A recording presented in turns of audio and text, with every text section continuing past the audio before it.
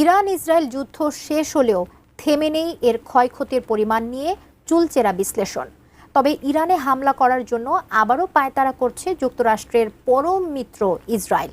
এ নিয়ে ইরানকে সরাসরি হামলার হুমকিও দিয়েছে ইসরায়েলি প্রতিরক্ষামন্ত্রী ইসরায়েল কাটজ।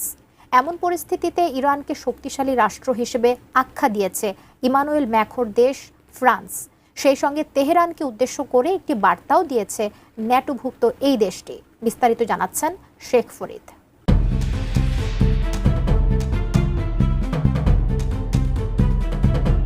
ইরানের মতো একটি শক্তিশালী রাষ্ট্রকে ছোট করে দেখে বড় ভুল করেছে পশ্চিমারা, এমনই মন্তব্য করেছেন ফরাসি প্রতিরক্ষা মন্ত্রী সেবাস্তিয়ান লেকুর্নু।